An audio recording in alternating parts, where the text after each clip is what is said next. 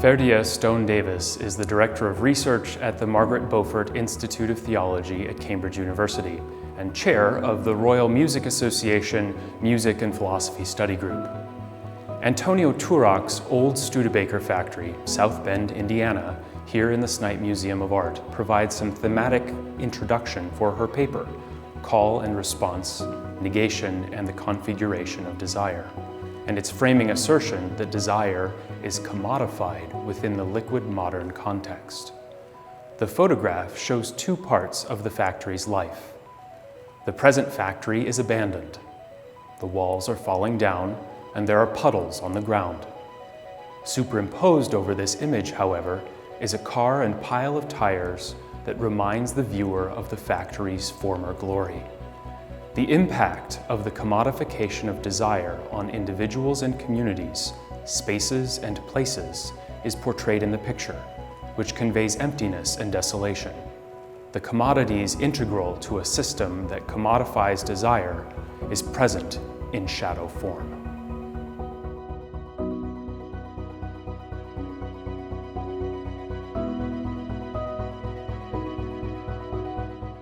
This paper will inquire into the decentering of the self that occurs in certain musical experiences, where the subject is called into a non-instrumental relation with that which is other.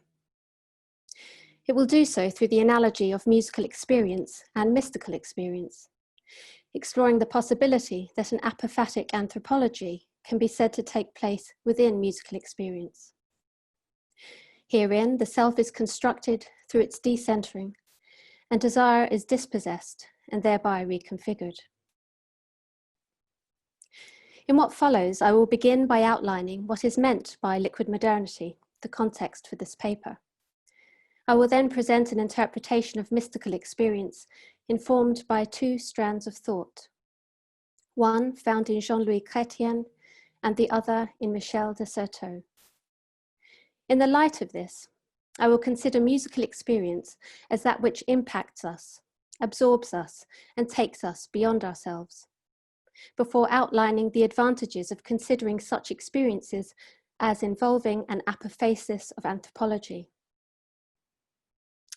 I will suggest that, considered as such, it offers an interruption of the liquid modern mode of being by offering a form of attention that is relational and non-acquisitive. In doing so, I will suggest, music can return us to something of our core, something eloquently expressed by Nicholas Lash.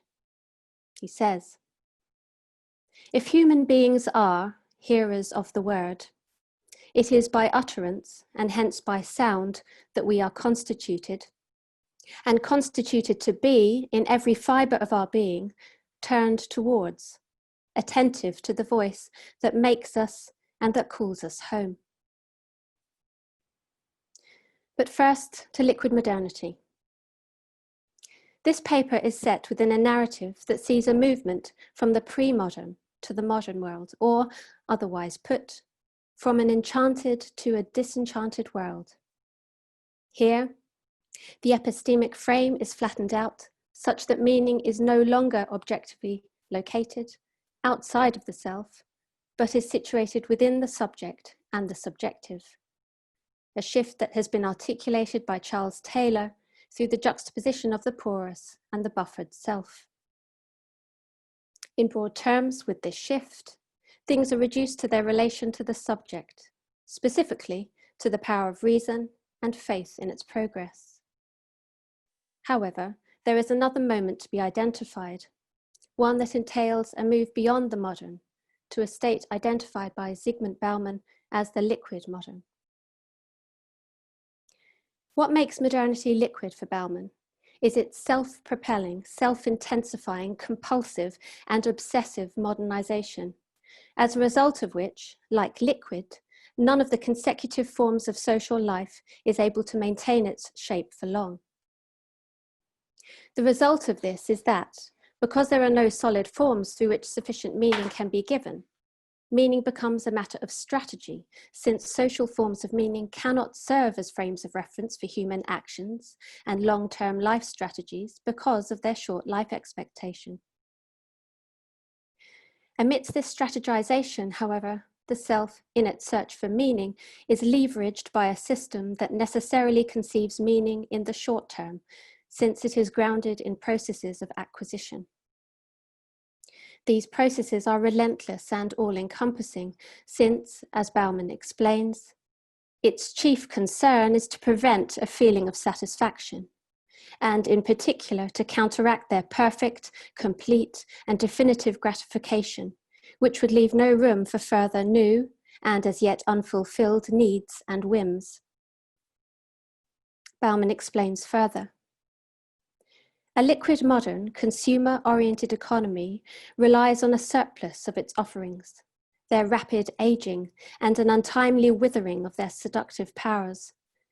Since it is impossible to know in advance which of the offered goods or services will turn out to be sufficiently tempting to awaken the desire of consumers, the only way to sift reality from wishful thinking is by multiplying attempts and making costly mistakes. Within this context, the subject's capacity for meaning-making is turned on its head as desire is commodified, its fulfillment postponed in both the present and future tense, and it grasps after the temporarily new and best. So in the light of this condition in which we find ourselves collectively, what is the significance of examining music through analogy with mystical experience? I would like to suggest that there are certain phenomenological similarities that give mileage to the comparison, and that this might point towards a different mode of being, one that can offer some remedy to the liquid modern condition by tendering an experience of a different, more fruitful way of finding meaning and interacting with the other. Recognizing that attempts to speak about mystical experience in abstract terms is to risk collapsing the particular into the general, fallaciously presuming that there is a thing called mystical experience, I would like to draw upon two streams of thought that are helpful in suggesting ways forward for a fruitful dialogue with musical experience, which again, of course, is not singular in nature. I would also like to make one important qualification to my language. For having said that I will speak about musical and mystical experiences, in effect, I am talking rather about musical and mystical events. The reason for this language shift is threefold. One, to speak of event is to remind us of the particularity and dynamism of experience, its happening rather than its being. Two, going further than other recent treatments of event, which understand it simply as that which is marked out from the ordinary in some way. The conception of event I have in mind is more like Zizek's, wherein he says, at its most elementary, event is not something that occurs within the world, but it is a change of the very frame through which we perceive the world and engage in it. 3.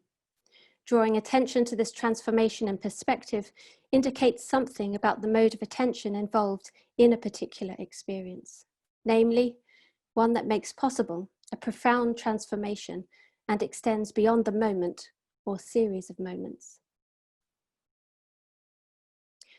The first stream of thought is provided by Jean-Louis Chrétien, who offers us two observations in the call and response.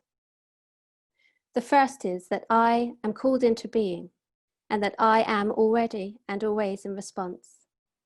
Chrétien says, every voice, hearing without cease, bears many voices within itself, because there is no first voice.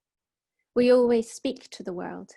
We are always already in the act of speaking, always in the world still, so that the initiative to speak always comes calibrated with past speech, with a charge to speak, which it accepts and takes on without having given rise to it. The second observation follows. Just as I am called into being, so I am constituted in and through this response and transformed in the process. This observation recognizes that we are called into being in different ways and by different kinds of experience, ones that address our whole being, body, and soul. Importantly, the possibility of transformation emerges from the integral asymmetry of the dialogue. This asymmetry is twofold. For on the one hand, what is heard is not heard in its totality, it is always inescapably more. And on the other hand, our response is always belated. Explaining, Chrétien says, "In calling me, the call does not leave me intact. It surges only by opening a space in me to be heard, and therefore by shattering something of what I was before I felt myself to be called." Going further, he says, "To listen is to be opened to the other and transformed by the other at our most intimate core. Intimacy in these ways of thinking is neither escape nor shelter, but rather the place of broader exposure." As we shall see, this place of broader exposure, generated by a response to a preceding call that always eludes comprehension, it is fruitful not only in terms of thinking about mystical events, but also in terms of musical events. The second stream of thought arrives from Michel de Certeau.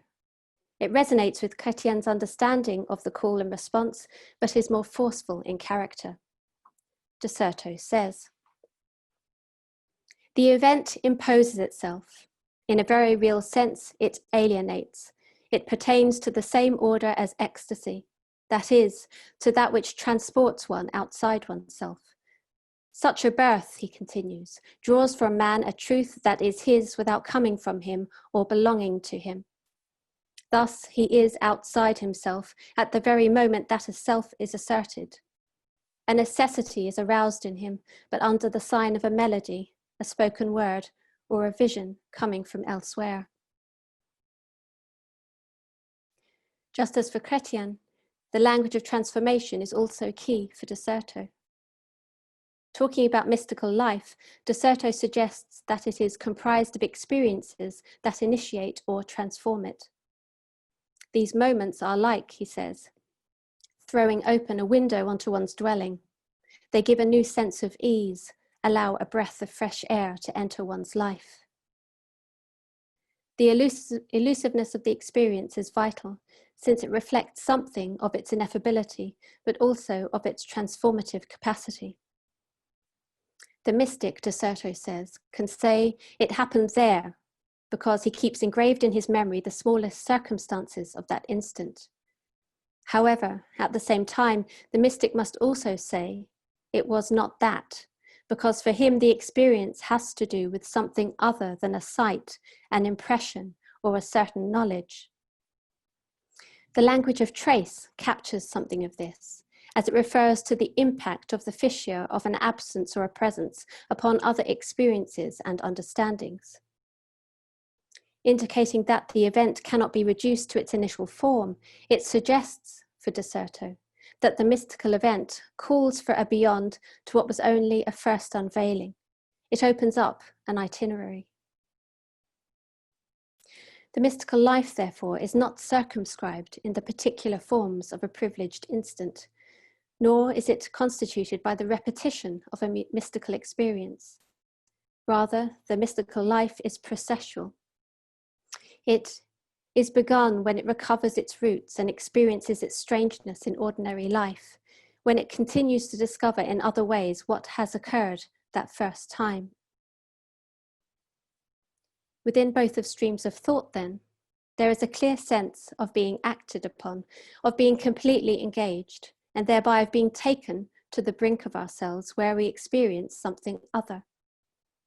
As we shall see now, similar moments can be identified within certain music events. The musical event has the capacity to create a particular interrelationship between subject and object, self and world, that can be cast in terms of impact, absorption, and ecstasis, and can be said to involve a mode of attention suggestive of that which we have seen in relation to mystical events. These are not isolated moments, but points of interaction that occur throughout the musical process as a result of the self acting as well as being acted upon. Herein, an attunement takes place. to elucidate these moments. Whether performed or listened to, as event, music issues a call to us. It impacts us physically, striking our eardrums, but also reverberating our bodies, more or less subtly. It catches our attention and invites us to enter into its sound. Depending on how we engage with it, since there are many different ways, we can respond to it and become absorbed by it, entering completely into its time, space, and flow.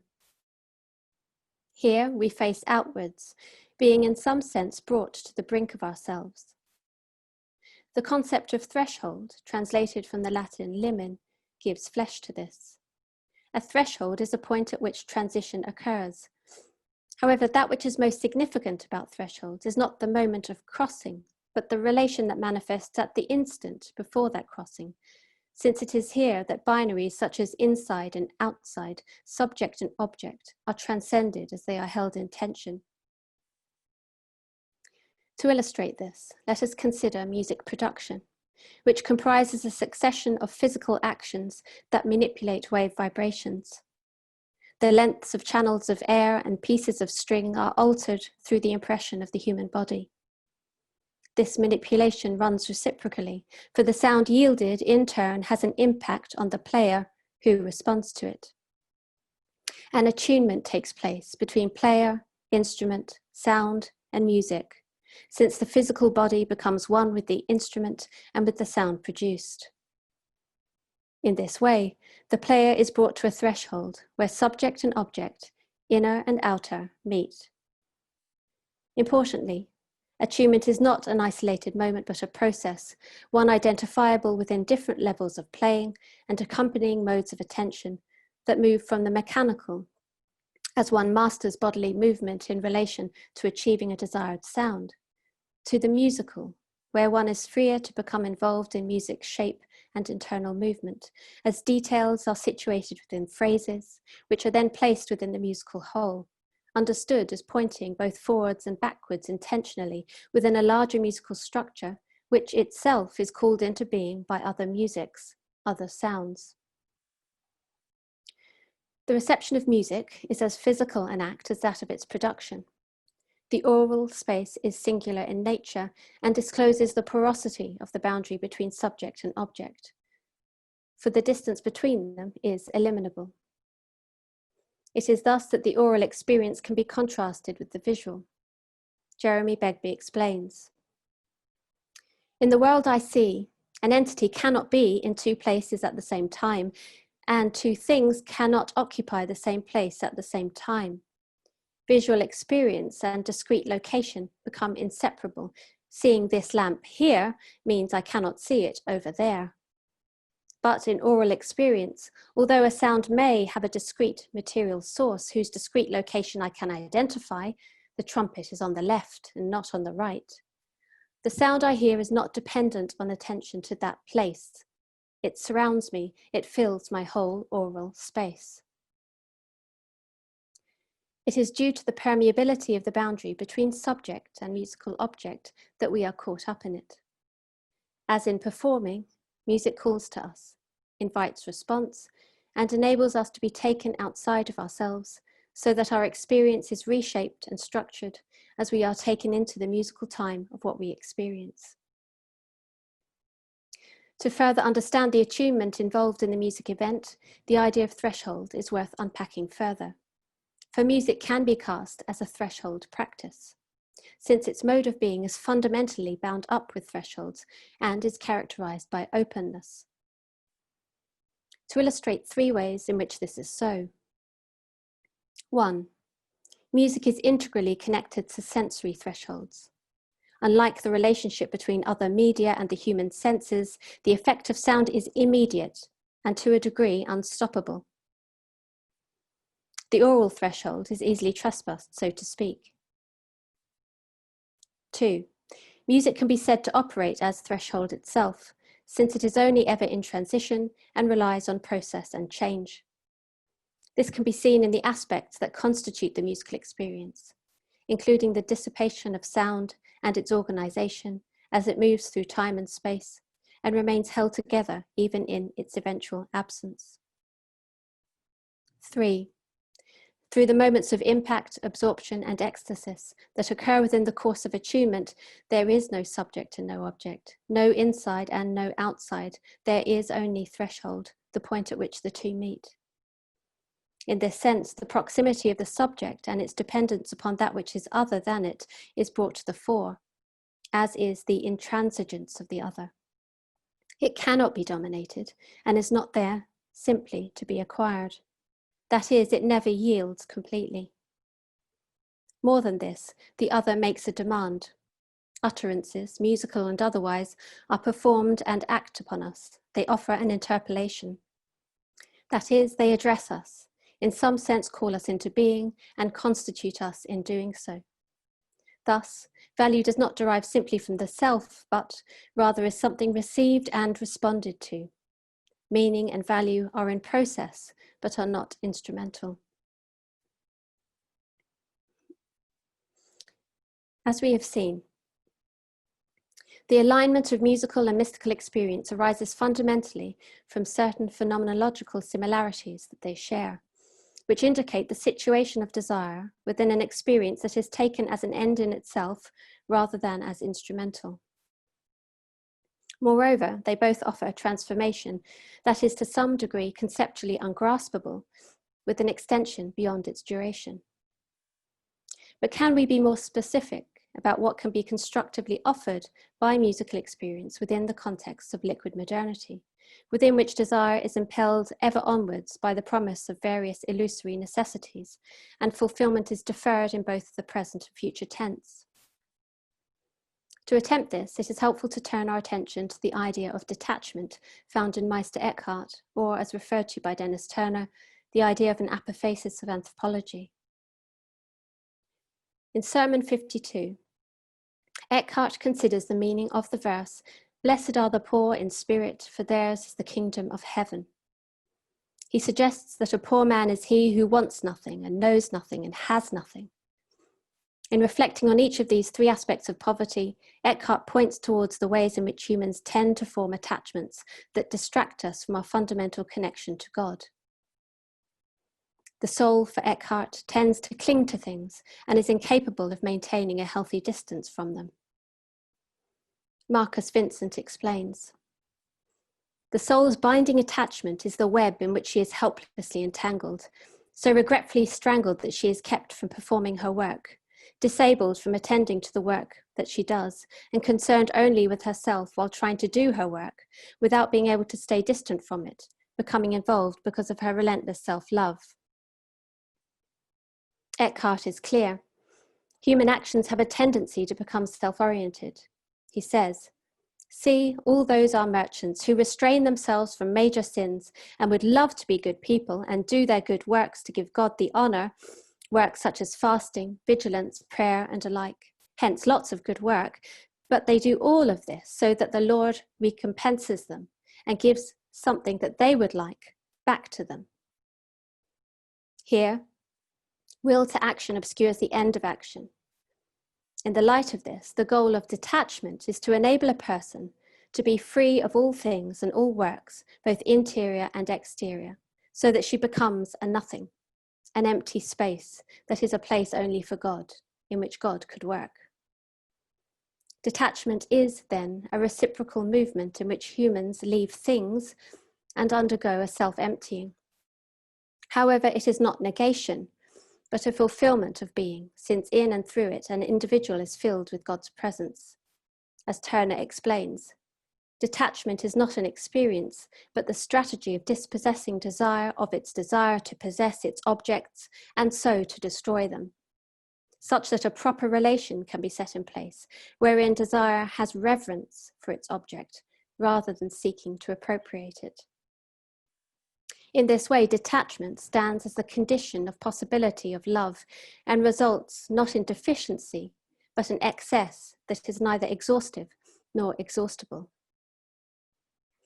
In this vein, certain music events provide a strategy for detachment and an opportunity for modeling a different way of being in the world, one that provides a point of orientation that transcends commodity and use, for it is important to remember that music always remains to some degree resistant to appropriation and expectation, and it has the potential to reconfigure desire. It does this on at least 3 levels. 1, by taking us out of ourselves and absorbing us within its musical time and space, music can lift us beyond self-preoccupation. 2, music can take us beyond our usual form of interaction with things we encounter. We can delight in the absolute for-nothingness of musical experience. 3, by using the desire elicited by and formative to music's power, music can shape and reshape desire. At a basic level by fulfilling, subverting, deferring or refusing musical expectation or expectations of music.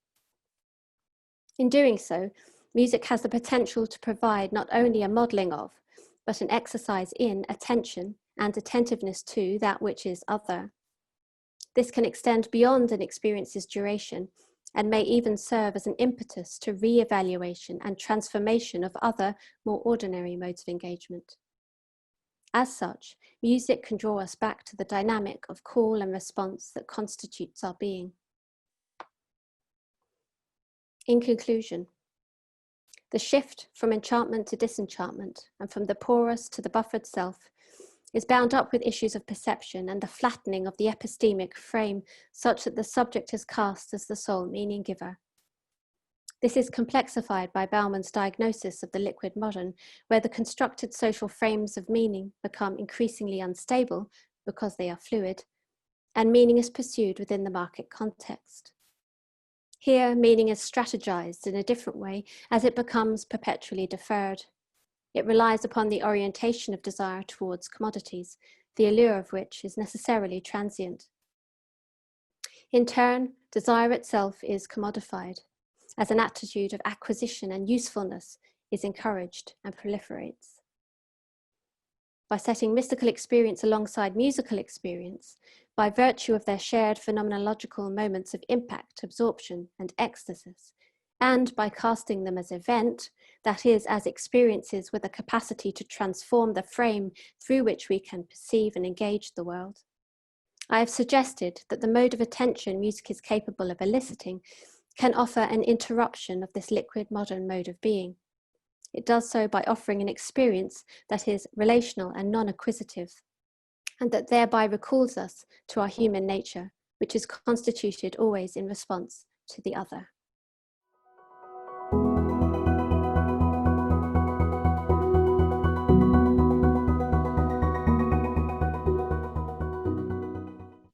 Let me begin by thanking Férdia for that paper, which I found really fruitful. There are resonances with my own work, but also I think a challenge. So it's an exciting one to respond to. I'm going to start by relating the problem that Férdia's paper began with to another strand of phenomenological thinking, which ultimately supports the previous paper in its turn to the phenomenology of music, but also introduces 3 areas for possible discussion. The problem, or even the crisis, in fact, that the paper sets up is distinctly phenomenological. In our contemporary society, there is an intense commercialization of the resources by which we form our identity and our visions of how to live well together. The self is formed through the narratives, heritages, and aesthetics of her surrounding milieu, because those narratives inform an understanding of what is valued. And the classic articulation of this, to which I continually turn, is Paul Ricoeur's. So to quote, "To a large extent, in fact, the identity of a person or a community is made up of these identifications with values, norms, ideals, models, and heroes, in which the person or the community recognizes itself. Recognizing oneself in contributes to recognizing oneself by." End quote. This already begins to speak to the central phenomenological insight from the paper, because this encounter with a narrative, to use Ricoeur's usual concept, is an encounter with another world, the world of the text. That summons the self to make sense of the self by way of the new world contained in the text or the drama or so on. In Ricoeur's terms, this is otherness assumed as our own. So when we speak about commercialization, including of cultural forms of life, we're discussing the very narrative resources by which the self narrates herself, understands who she is, communicates who she is to others, and crucially, who she hopes to be, that feature of desire. Now, in Ricoeur's phenomenology, the self's narration is partly also about fidelity. It's a way of relating herself to the world, always in relation to herself, but also as a kind of promise to consistently be the self that she's telling the world that she is. So it isn't plurality or fragmentation of cultural resources that is the concern, rather it is the intensity of their commercialization, rendering them products, rendering them disposable. Yet this agreement on the problem introduces for me some hesitation about Bauman's category of liquid modernity as the characterizing of this issue. His metaphor of a liquid that is contained implies that we cannot do otherwise than be shaped solely by our circumstances, in the same way that water is shaped by its container and cannot be otherwise shaped. And my fear, as someone whose phenomenology of self and other will tip always towards the self, is that this leaves the self apparently totally subject to the vagaries of our contemporary situation, and thus I find strangely inert. Now, I would want to argue firstly that that is fundamentally not particularly modern. One helpful alternative might be Schaap's idea of entanglement, but that may be one area for further discussion. Secondly, and more significantly, I think, Bauman's analysis is at odds with the phenomenology that I have sketched, but maybe also with the phenomenology that Férdia's paper more carefully sets out. In the paper, we've heard about the encounter with music as a summons, and as an encounter with the other, which reveals our human condition. Now, as Roger Savage has remarked, reflecting directly on phenomenology of music, it is the experience of being affected that is the mark of our finitude and the condition of our openness to the world. What the thread of thinking from Michel de Certeau in the previous paper adds to that is the ongoing transformation of that encounter, as the self must continue to make sense of it or fail to in relation to her ongoing life, in time with others. I quote Certeau from the previous paper, where the self continues to discover in other ways what has occurred that first time. And this may be just where our analyses differ, I think, because what is fundamental in both our accounts is that an encounter with the other in music may indeed be a call that resounds after the fact, calling to the self to a continuous renewal toward the other, to desire for the other, perhaps. Yet what I think I'm adding in my response here is a reminder that it is still the self that must respond, in affinitude to be sure, in openness to that horizon of the other. So the self, summoned and constituted by the other, is still in a position to distantiate and reshape the meaning of her life, precisely because she is one who speaks, narrates, acts, imputes action to herself, Ricoeur's categories again. So it's for this reason that I would want to push onward from the idea of the self constituted by the other, to consider perhaps it in terms more of a mutual dialectic, where the other also is constituted by the response. And this may be our second point for further discussion, because it strikes at the very heart of the patterns of phenomenological thinking in the late 20th century through to today. Yet at the same time, I am still keen to follow the track that the previous paper has laid for us, because it introduces what I think may be different in music from the category like narrative, with which I am so much more used to dealing. There is a suggestion here that music is non-referential, the lamp that is neither here nor there when it comes to music. And it seems to me that this concluding thought of its unrealness music's unrealness that may allow a new vision of the world by way of a transforming experience, even of transcendence. And that strikes me as doing something a little different than the usual way we would think in terms of language, self-articulation, self-understanding. To quote Savage again, the work's suspension of the real is the condition for its refiguration of it. The work augments the real by renewing it in accordance with itself. And it strikes me that there may therefore be a further third discussion area to be opened up on the unreal character of music, as offering the renewal of self and other together without the reliance on language and abilities of self-articulation.